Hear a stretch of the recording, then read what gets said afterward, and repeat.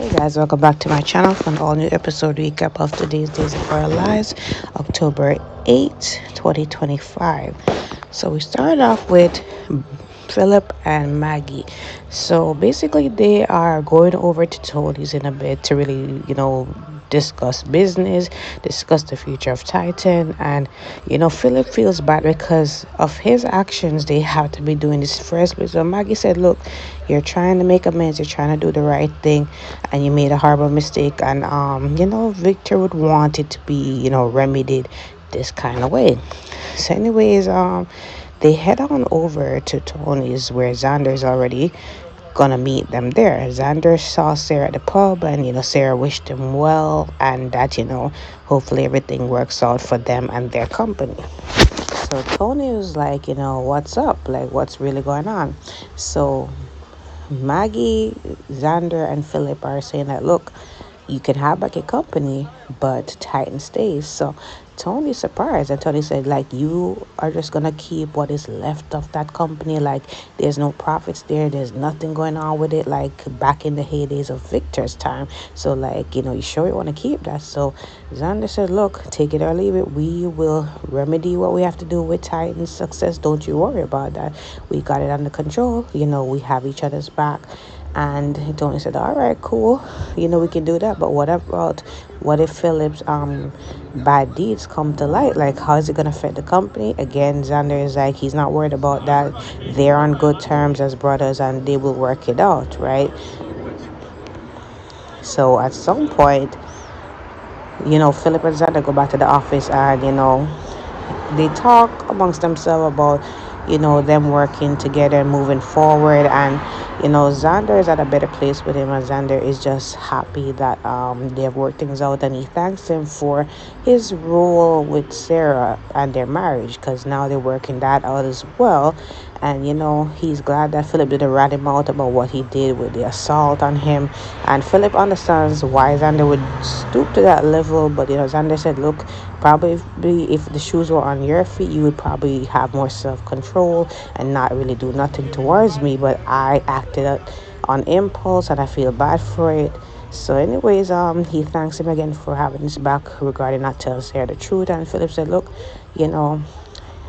we're family, gonna protect each other. And Xander just feels good that he is feeling legitimate as a son of Victor's, as well as Philip and Bo as well. And Philip said, yes, you were rightfully so.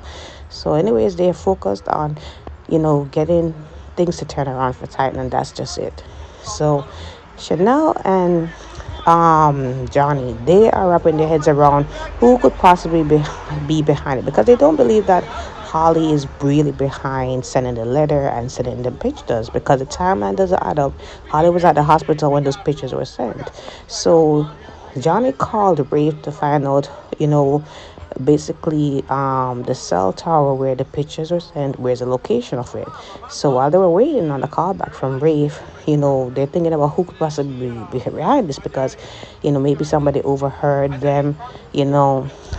Chanel started to think he's Johnny's father, because Johnny's father has it out for them, and he always wants to try to do something to ruin them. So Johnny said he's not aware of them trying to adopt again, so it doesn't make sense he would do that. And then it's sloppy, it's not his MO.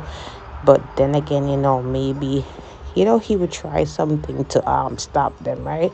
So anyways, they get a call back from Rafe, and Rafe said that the cell tower was actually in the Horn Square. So now they know that Holly didn't do it at all. So now they're wondering who would want to set up Holly, who would want to write a letter.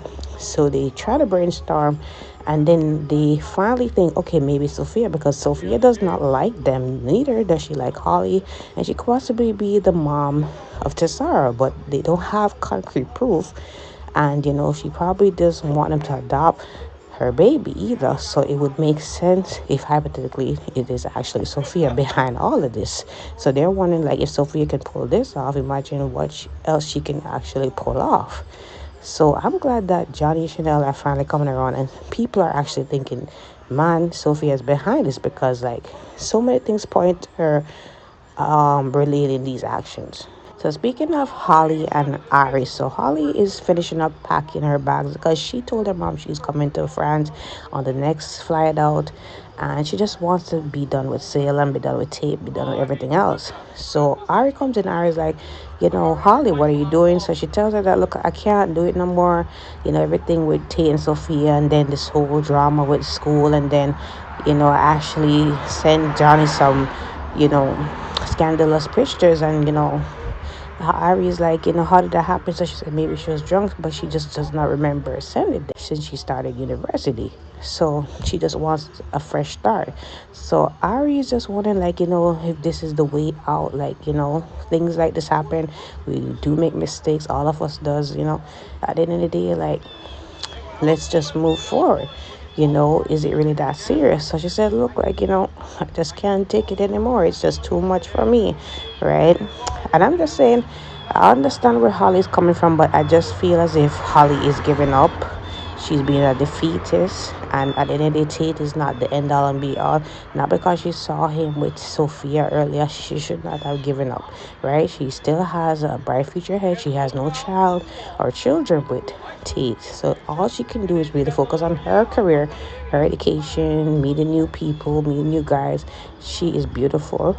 Like, I don't think she should really move away from Salem just because she sees Tate doing whatever he's doing, because obviously she's better off without him. So speaking of Tate and Sophia, Sophia comes over and she's saying that she's quote unquote sorry for actually telling him what happened between Johnny and Holly. And he said, no, I'm glad that you told me.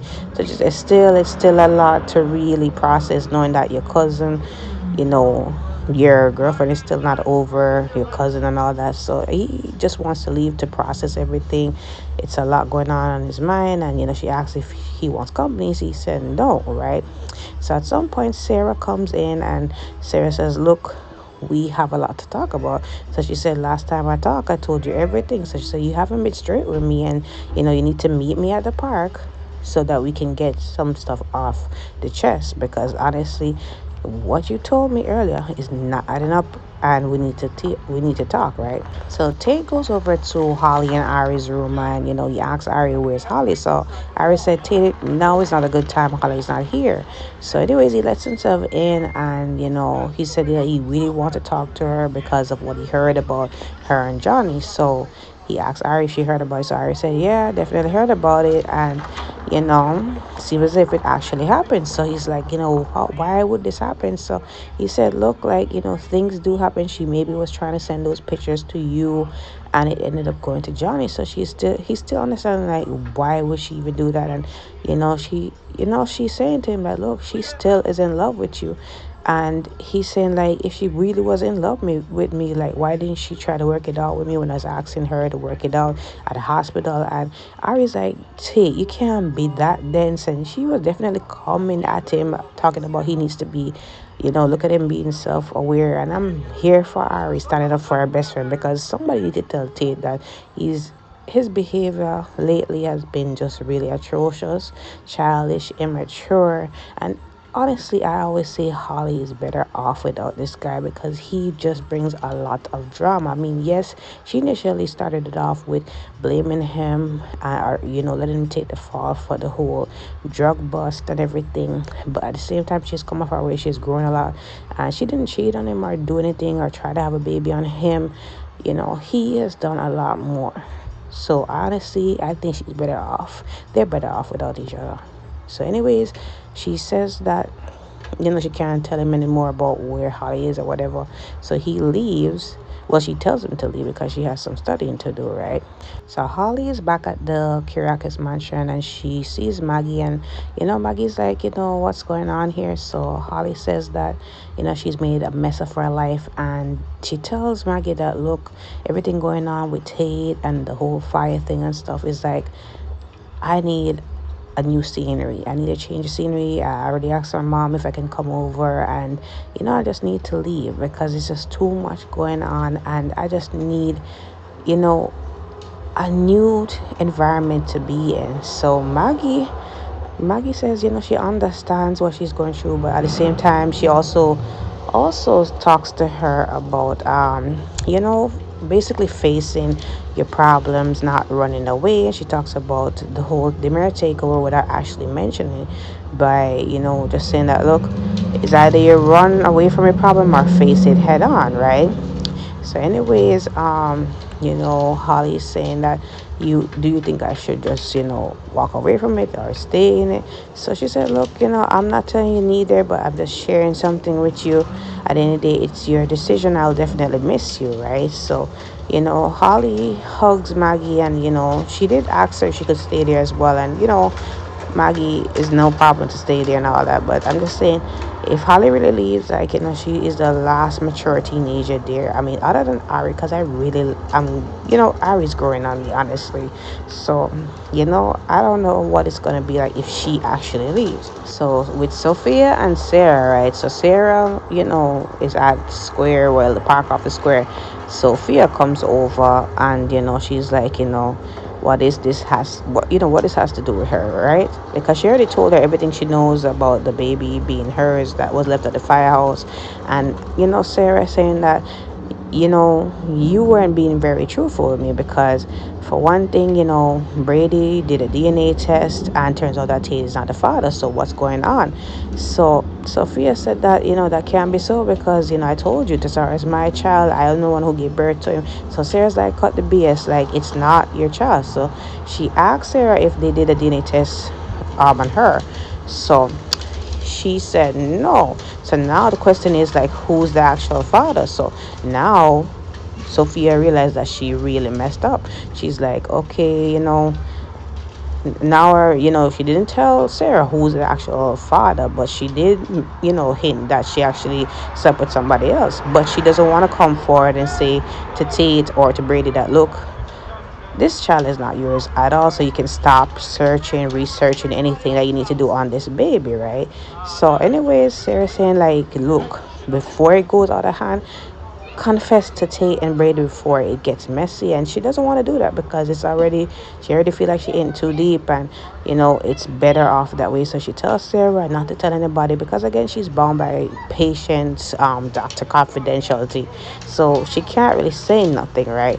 So she is not going to say anything about Tate not being the father. Again, this is just going to be another mess, but I am here for them getting Sophia once and for all, because it's just getting out of hand, and it's just too much at this point, right? So, anyways, a lot of people saying Aaron. I really want to know the timeline between her and Aaron, but listen, it's getting really good around these. So that is it, guys. Comment below your thoughts on today's episode, because this episode was really good today. Don't forget to like, follow, and subscribe to my channel. I will see you guys.